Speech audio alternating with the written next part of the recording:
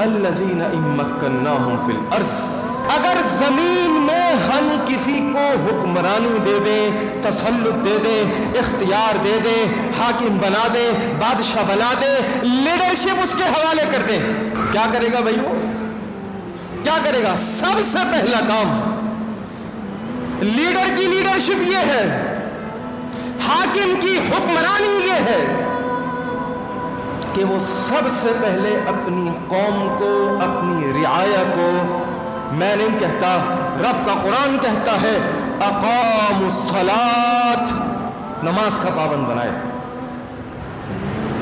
کیوں؟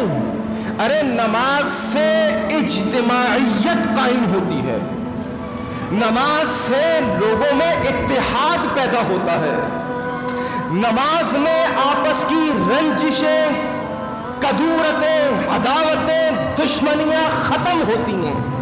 کیوں؟ پاؤں سے پاؤں ملانے کا حکم کیوں ہے؟ ارے باہر تو ملتا نہیں ہے، باہر سلام نہیں کرتا، مسجد میں آیا ہے نا، چل آجا برابر میں کھڑا ہو اور پاؤں ساتھ ملا۔ رب کہتا ہے پاؤں ساتھ ملا۔